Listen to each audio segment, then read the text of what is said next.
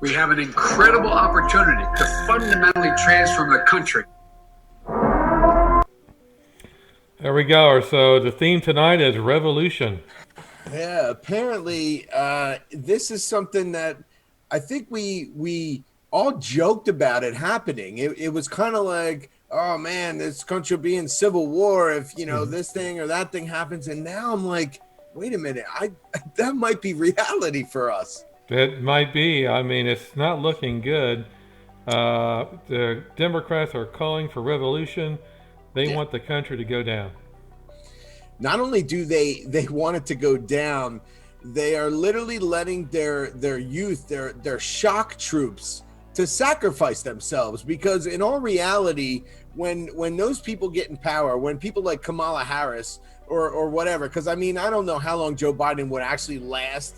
I honestly, you know, if there was an election where he won, how long could he possibly last? But anyway, Kamala Harris is the one who put people in jail and extended sentences because she was like the type as a prosecutor and as attorney general that wanted to lay up cases. So she went after low level street, like easy button convictions. So these people think that right now they're doing the bidding. It's almost like a mob movie where they pay somebody to do a hit and then he comes to get paid and they go bink and they shoot him too, because I feel bad for these kids. They really think that they're part of something big. They think that this is something that's like going to be historic that they were involved in, but they're just being played as pawns, and they're being used to destroy and loot and riot and hurt people. And in the end, whoever gets in power, because I know Trump's getting reelected, but after Trump and they try to keep spinning this battle, I mean, these people are going to have nowhere to go. They're going to waste their life protesting and rioting when they should be literally trying to better their position in life, and they're not doing that. Yeah, Rand Paul's calling for a big investigation on where the money's coming from for all these people. Yeah, because it's traceable. Like, you know, I know we have a video that you know discusses some of the things. There's people that are getting on planes that have tickets that have all been paid for by the same entity. Okay, so it's like a trust or it's like some kind of nonprofit organization. They really need to look into like all these MoveOn.org and Vote Blue and like all of these things, because if they turn out to be funding these terrorists, and if Trump gets his way, these people that fire, fireworks at federal officers, they're going to be tried as terrorists. Oh, yeah. So if he gets his way, these people are going away for some serious time. They're going and down. The people that funded them are going to be linked to funding terrorists. So there's a back door to this that, you know, Trump's always got, you know, his forefront game and his back game. And the back game is really bad for these people. Yeah, definitely. They're all going to go down. So let's take a look and see the Democrats calling for violence, calling for all this. Take a look. As they have been. I just don't even know why there aren't uprisings all over the country, and maybe there will be. People need to start taking to the streets. This is a dictator. You know, there needs to be unrest in the streets for as long as there's unrest in our lives. Enemies of the state. Show me where it says that protests are supposed to be polite and peaceful. Do something about your dad's immigration practices, you feckless. When they go low, we kick them. How do you resist the temptation to run up and wring her neck? The biggest terror threat in this country is white men, most of them radicalized up to the right. I thought he should have punched him in the face. I said, even if you lost, he insulted your wife. Yes. He came down the escalator and called Mexicans rapists and murderers. He said, well, what do you think I should have done? I said, I think you should have punched him in the face and then gotten out of the race. You would have been a hero. I'd like to punch him in the face. I said if we were in high school, I'd take him behind the gym and beat the hell out of him. Punch some people in the face! When was the last time an actor assassinated a president? They're still going to have to go out and put a bullet in Donald Trump, and that's a fact. Look as his character is stabbed to death. Where is John Wilkes Booth when you need him? That's it right there. Pull it up. I have thought an awful lot about blowing up the White House.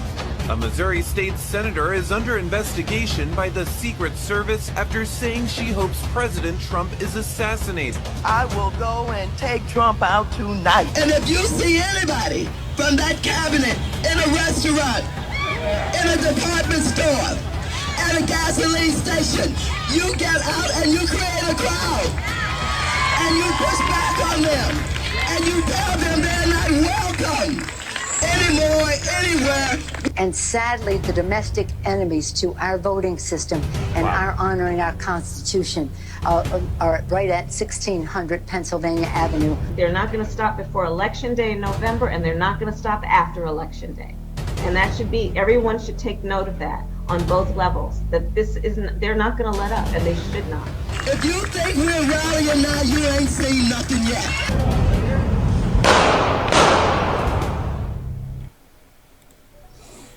Jeez. Where is Kyle Rittenhouse when we need him?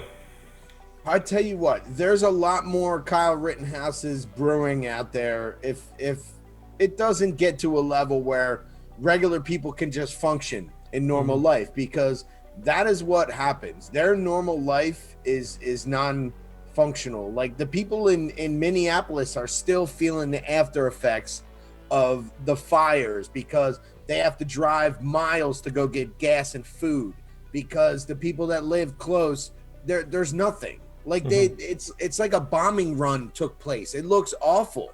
It's still to the point where there are people assessing whether they want to rebuild or not.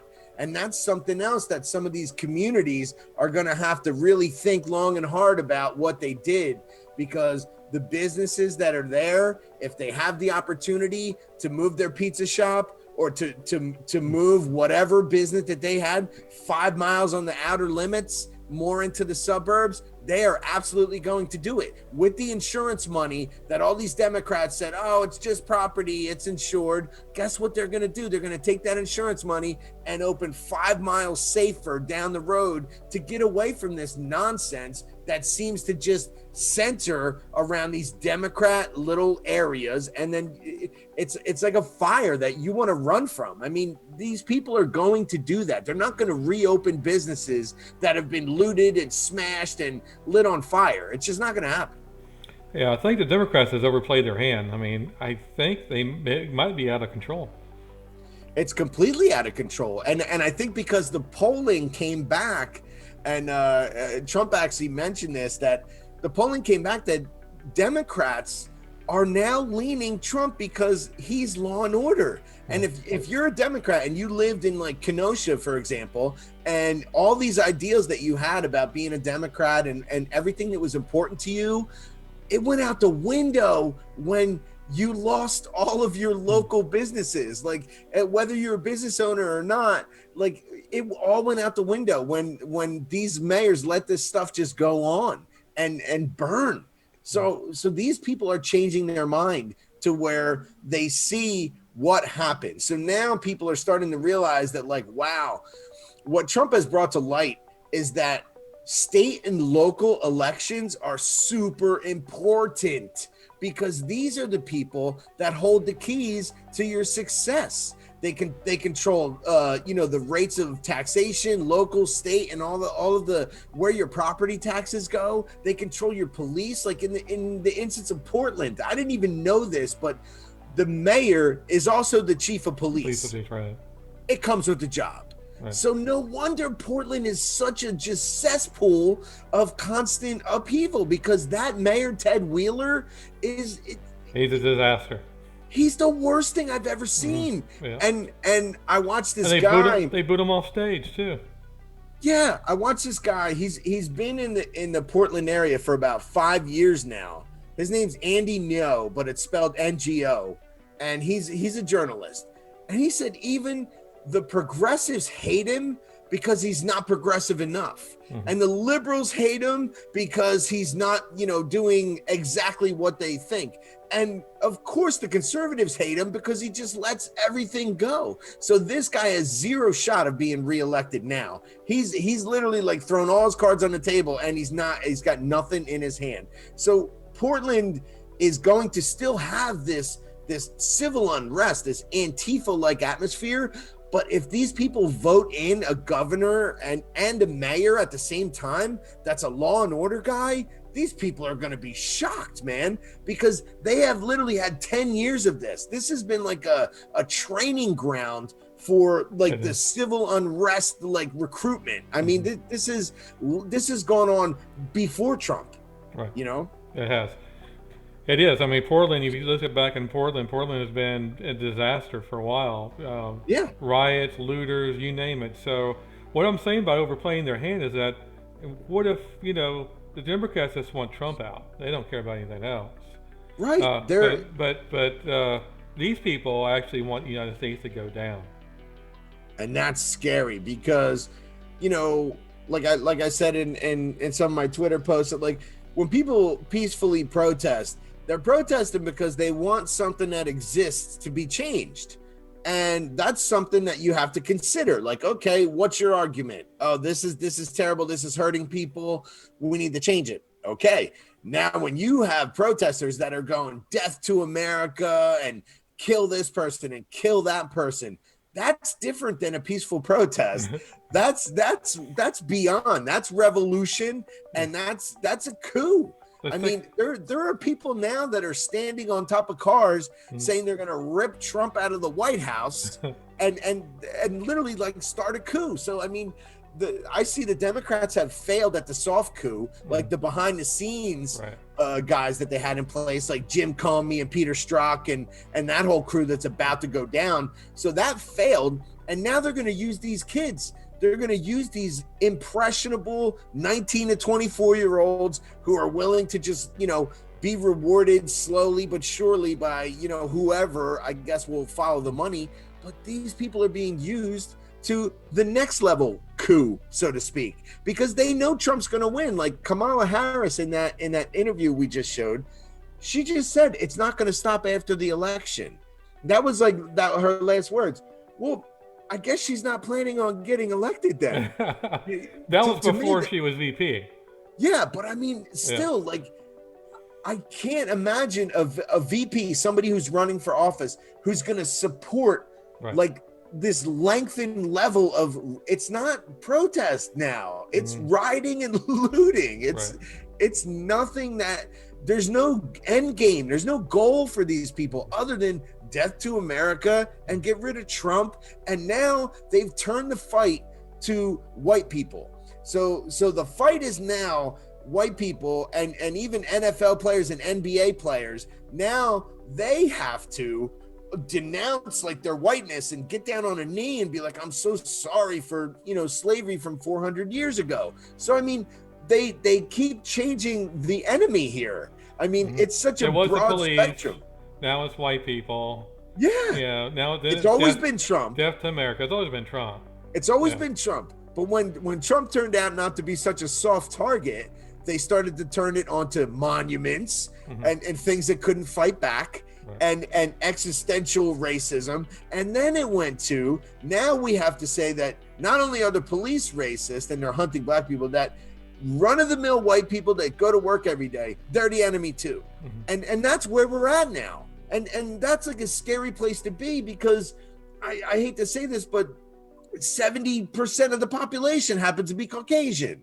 It's like picking a fight and you're the lone guy and there's 20 guys standing there. I mean, this is a crazy place to watch this country become. And it's not because Trump's leadership, it's because they have a group of people that would not accept the results of an election. And that's where we are. We've been fighting this for 4 years, well, 3 years now, almost 4. Almost 4. Let's take a look about the chant, Black Lives Matter, walking down the street saying death to America. Take a look. Yeah.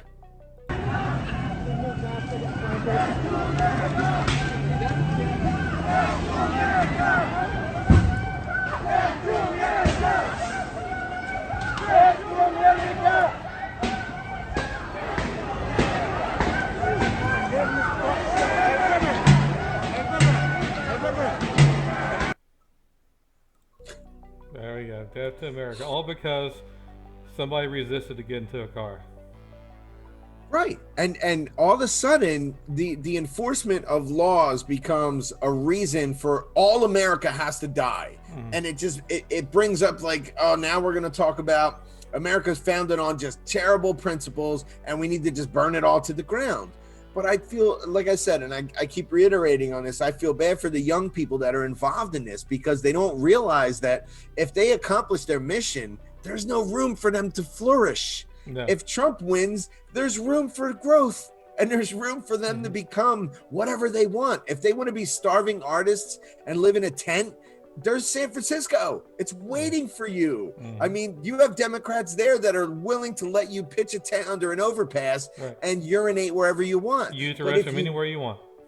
Anywhere you want.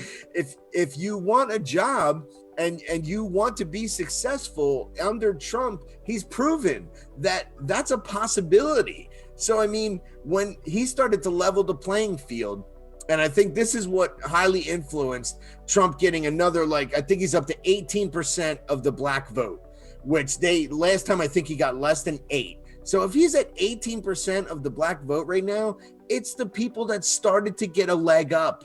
They started to for once see the shining light of, I am responsible for my own well-being and I like it.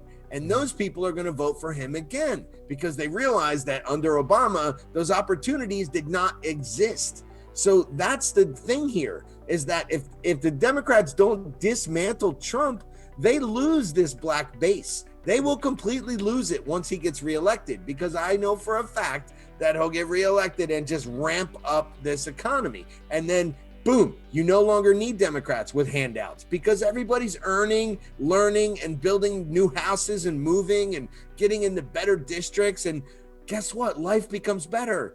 And that's what Democrats they can't exist in a world where life's better. And this is proof, because their go-to is riots, looting, and dismantling what's in existence. That's all they got. So let's take a look at all they have. Take a look at the next video. For a revolution! We got rip Trump out of that office right over there. Pull him out that. Nah, we ain't about waiting until the next election. We about to go get that mother. I ain't about that. It's time for a revolution! Unbelievable. They had no idea what they're talking about.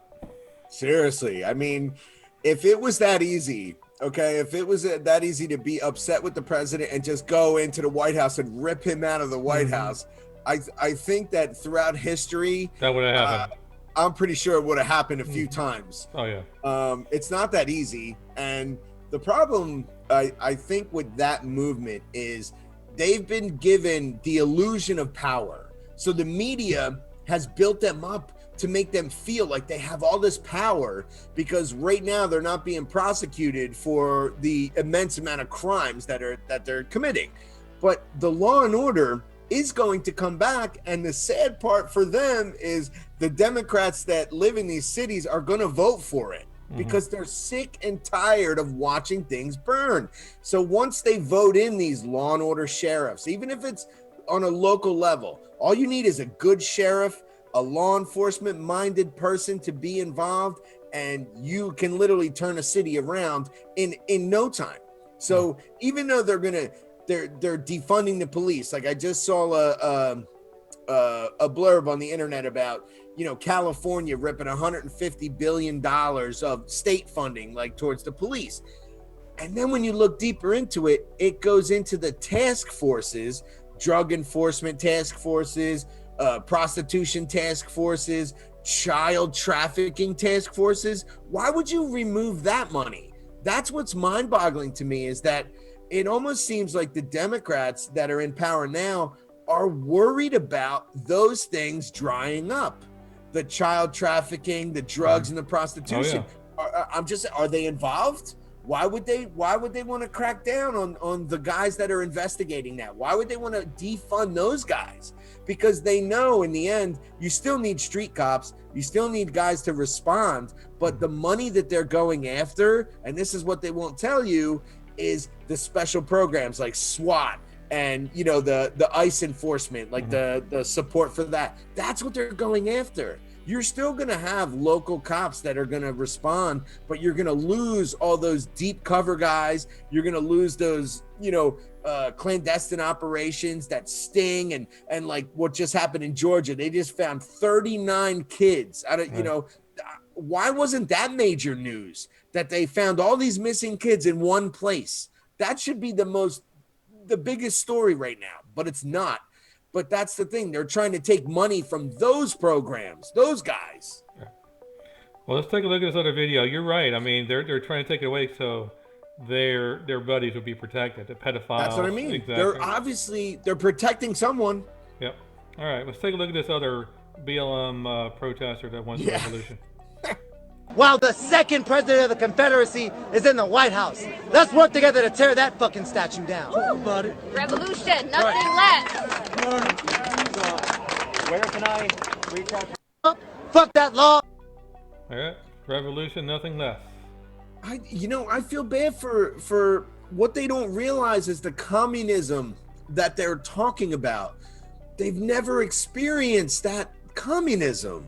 They're so privileged to live in this country where not only can you protest like this, like there are other countries where when you start lighting fires, that's when the water trucks come out. And that's when, like we talked about a couple of shows ago, that's when those water cannons start blowing people down the street. And that's when the civil unrest doesn't last 54 days or 90 days. It lasts 2 hours and it's over. So the privilege that they have, they don't even realize that they have the privilege of being Americans, and they want to dismantle it and become communists. It's the most moronic thing I've ever heard out of the youth. It's terrible. It is terrible. So, I mean, I don't think they ever looked at history or know history. Or they don't even know anything. It's just like the man on the street. You ask somebody who the president is, no one knows who it is. And that's sad. Yeah. That's really sad. And I've seen the videos on YouTube where they go on college campuses and, they're in like California and they don't even know who Nancy Pelosi is. No. That's the best part. They don't even know who their senators or their representatives are. They don't know. And that's the college kids of today. Yeah. They really don't understand politics, but they really understand, the opposite of politics, which is brute force, riots, looting, socialism, communism, this crazy dream that they have. And I really hope that they don't win, which I know they won't. There's way too many of us.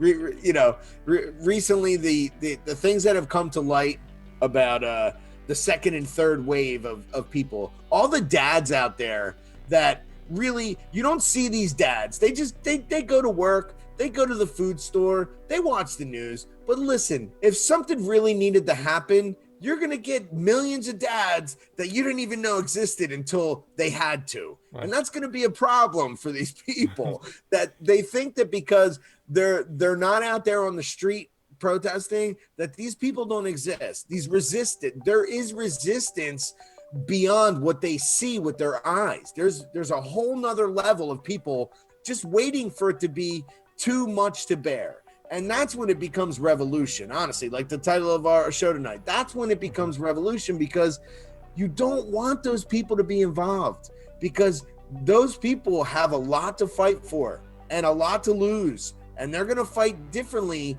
than someone who has never produced anything and has nothing to lose and still has mom's basement to go home to. So there's a very different way of fighting when you're that person.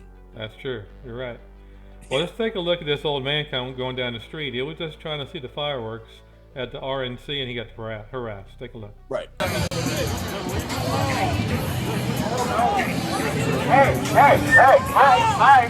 get the fuck out.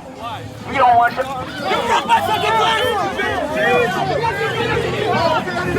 Get the fuck out.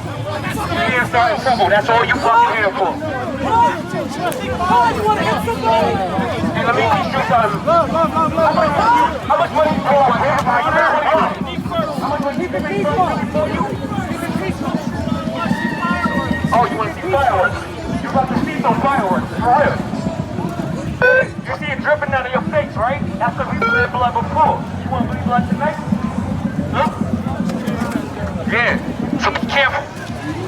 No crime, no hate, no racist suicide.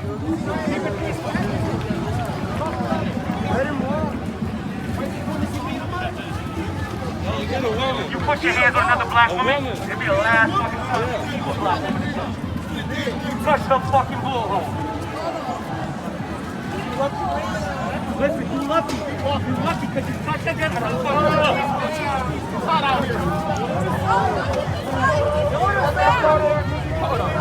There are a lot of our people. No photos, no videos of our firehouse people.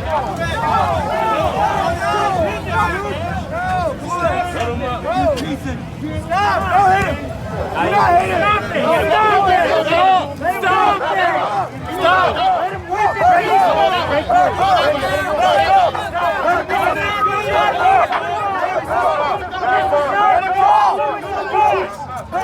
Do not!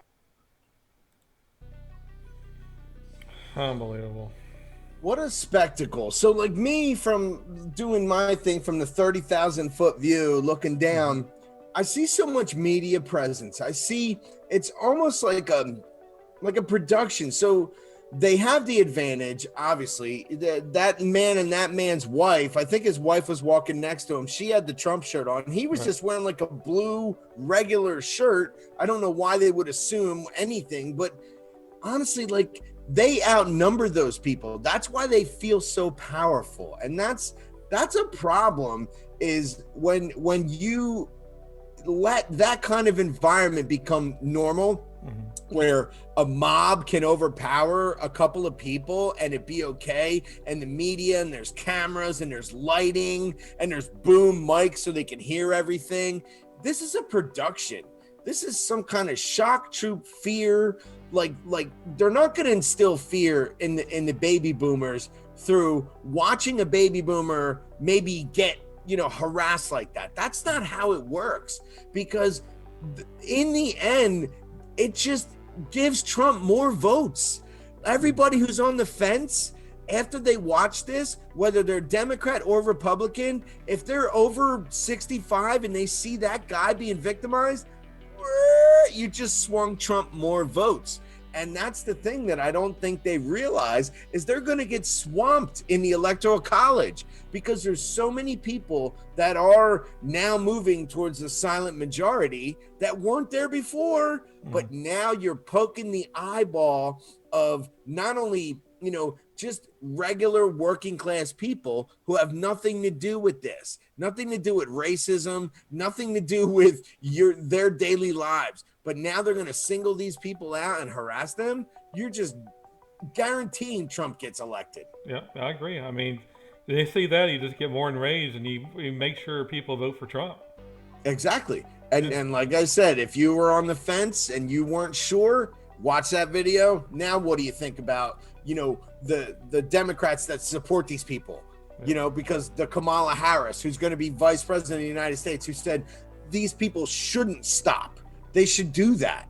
Okay, so now 2 American taxpayers can't walk down the street from a fireworks show without being harassed. That's not our country. That's not the one I live in. No. This is going to stop. They're not going to get away with this in the long term. This is the final push. This is like the death rattle for the Democratic Party, if you ask me. Yeah, I agree. So let's take a look at this crazy woman. She was triggered as well. I mean, these people are just nuts. They're outraged. Outraged. What the fuck did you say? Oh boy. Put your mask on properly. Hey! Whoa. Don't do that. No, don't touch. What are you gonna do? Walk away. Walk away. Leave the fire. What the fuck you gonna do? Leave the fire. What the fuck you gonna do? Get off. That's right, motherfucker. Don't That's right. Walk away. I am. Keep going. Keep going. Keep walking. Walk away. Walk away. You fucking Nazi! I'm gonna record you. I'm recording you. You fucking Nazi! Okay, he's filming. Walk away. Film me. You're the Walk away. Walk away. What do you mean, what? Because you're a fucking Nazi! You're white. You're a terrorist. Hey, I'm Jewish! you want to go live in North Korea?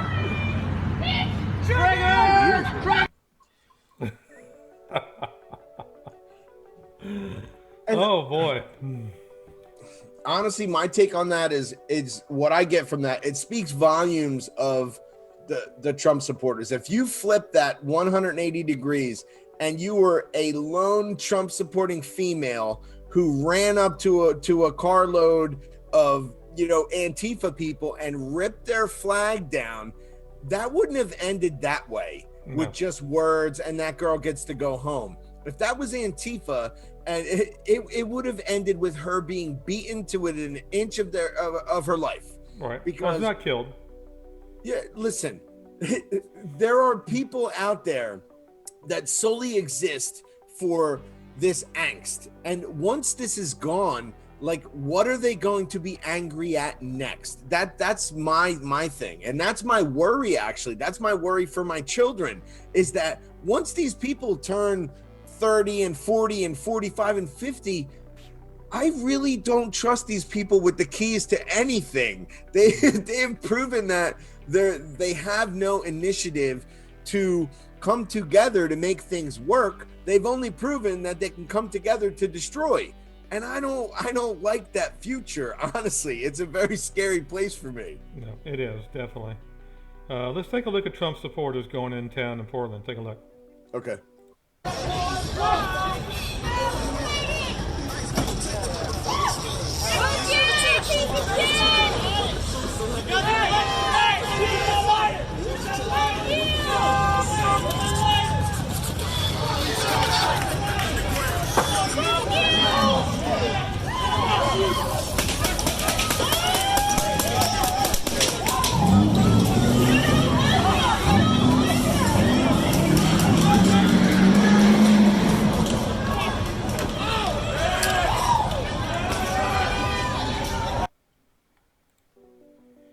There we go. Love the paint gun. The biggest hypocrisy I've seen from the left, right, from the Democrats, and especially K-Mac just had a press briefing. So the liberal left is very worried about those paintball guns, and apparently K-Mac basically said, like, before the paintball guns, the leftists were throwing frozen water bottles at a police officer. Okay, right. What is the big, like, difference between those? So, like, a paintball, when people play paintball, they actually do it for fun because it's non-lethal. You can shoot each other with paintballs and be like, ow, it stings a little, and you're fine. Okay, so by those guys shooting paintballs, it's just kind of like, hey, back off. The left, on the other hand, when they come to a rally or a riot, whatever they want to call it, they bring frozen Poland Spring bottles and throw them at people, which is like a brick. So the fact that the left can support them and literally make this paintball incident like a major ordeal, that these guys were, paintballing people, it's something almost like it has to be a joke. How can you take this seriously? Because 2 weeks ago, we were watching these people like shoot class 3 fireworks at federal officers, shine lasers in their eyes to blind them, and use 2x4s with nails sticking out to hit people. And these guys, these Trump supporters, have apparently a whole different measuring stick of what makes them terrible people. And the paintballs that you can buy at any toy store, apparently that is the level where you draw the line. I can't believe Trump supporters use paintballs against these people. It's non-lethal. Shut up. It's like, back off us. Like, the left has done nothing but use very close to incendiary devices, bombs. Like, there's no limit to what they use. Guns too. They have kills. They use guns too. Yeah, right. Exactly. Like the Kyle Rittenhouse video. That guy that got shot in the arm had a pistol in his hand. Don't forget the guy that got shot in Portland and killed. Trump exactly. Exactly. So I mean, there are guns at these rallies. So it's almost like the Democratic media is running out of gas. Because for them to bring to light that video, and I've seen that video on 4 different news outlets, where that guy's shooting paintballs into those kids or whatever. Guess what? Kids go paintballing every weekend for fun. So it's not going to kill them. It's non-lethal. It's such a stupid argument. So looks like, Antifa's being shipped around the country, Portland, Seattle, you name it. Let's take a look. Funded, transported, and put up in hotels. Yeah, let's take a look and see what Trump said today. All right. Biden, because he's not controlling anything. Who do you think is pulling Biden's strings? Is it former Obama people officials? that you've never heard of, people that are in the dark shadows, people that... What does that mean? That sounds like conspiracy theory. Dark shadows. No, What is that? people that you haven't heard of. They're people that are on the streets. They're people that are controlling the streets. We had somebody get on a plane from a certain city this weekend, and in the plane, it was almost completely loaded with thugs wearing these dark uniforms, black uniforms with gear and this and that. They're on a plane. Where's this? I'll tell you sometime, but it's under investigation right now. But they came from a... There, so people are loading on planes, going to different areas, black outfits. Of course, that's Antifa. Exactly. And you know what? Even Martha wants to get him to name the names. Now, we all know, who we have on our high suspect list of who's funding this. But the investigations that I think the DOJ is going down the yellow brick road, we'll call it, is that these are directly tied to these Democrats. These are places like, Act Blue and BLM and like all of these people that are quote unquote 503Cs and nonprofits and they are linked to this, and you can follow this money. It's just a matter of time. But the problem is that if you keep the people in place that are going to let them skate for their crimes, there's never an investigation. And I think that's why they're so hot on getting Trump out, because every day that he's in office, he can investigate. He can put his DOJ to smoke that trail out and find this money and find who's involved. And that's a big picture scenario. That puts things in play. That makes 25 years of Democrats come up guilty. And that's a big deal. And that's why you see all walks of Democratic life, they're fighting so hard against Trump, because everything he says, like, they basically do the opposite, and this is the world that we live in. And he's too smart to name the names, but I know he knows. Oh yeah, he knows. So, I mean, he can't tell you what's going on, ongoing investigation and what's going on, but they're going to smoke them out. They're going to arrest those people. Absolutely. So. And honestly, I think, I know a few shows ago, I was all pissed off about the Durham report and everything. But now I think I understand it more. Now that I learned a little bit about the process, about the legal process. And the thing about Durham is that if you don't cross your T's and dot your I's, they can just tie this up like they're doing with the Flynn case right now. So the Flynn case, by all intents and purposes, should be dropped. And they have these activist judges who find a loophole and literally just drag this out. And that's not what I think Durham wants to happen. He wants it to be rock solid, locked up, prosecution, let's go. Everything is there. So I get it that he's taking a little bit longer than we want him to. Would I love him to come out with a string of indictments right now? Absolutely. But do I want it to stick?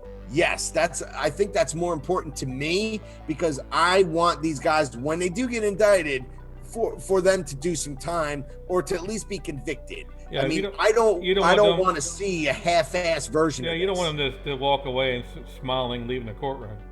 Absolutely not. No. I would rather this be done the right way. And I think Trump has also brought that to light, that the judicial system needs to be cleaned. State and local needs to be cleaned. You need to pay attention to who the hell you vote for. And I think that is going to be the next wave of things that happen. Like I said, I'm pretty confident that Trump gets elected. Electoral college wise, I've already predicted that California flips red, and now I'm starting to think that New Jersey might too, because I'm in New Jersey almost every day, and holy cow, are they fed up. So if those two flip, it changes a lot, man. And all those states that were a guarantee, when they are no longer guaranteed, that changes the game up for all future Republicans. And I think the Democrats have kind of really went all in on this game that they're playing, and their only way to win is to have a revolution. You know, this vote for Trump, and honestly, after that, the Senate and House votes, that is us avoiding this revolution. Honestly. Yeah, I agree. This election is a pivotal. This is the most important election ever in history of the United States. Ever. There's so much at stake. There's never been more to lose as a country. Never been more to lose as a country. And I think a lot of people that, like I said, are on the fence are realizing what they get with a Democrat vote. Like, what's in that bucket? And that's a nasty bucket. Yeah, it's a nasty bucket. You dig deep in that bucket, you don't know what you're going to find. You don't want that bucket, man. All right, well, that's the show tonight. Hope you subscribe. Hope you enjoyed the show tonight. We'll see you next time. Bill, do you have any words to say? No, other than that, I just really, like I said last show, I really pray for this country, and I'm glad that a lot of people are being woken up by this, and I'm kind of sad that there are Americans that have to be hurt for change to happen. You know, that really sucks that, you know, there are people right now that have lost their livelihood, that, you know, maybe are struggling through no fault of their own, and that really sucks. And like I said, when that insurance money comes, they're not going to stay in these cities. They're going to move. They're going to move, yes. All right, well, thanks for watching. See you next time. Sayonara. Good night, everyone.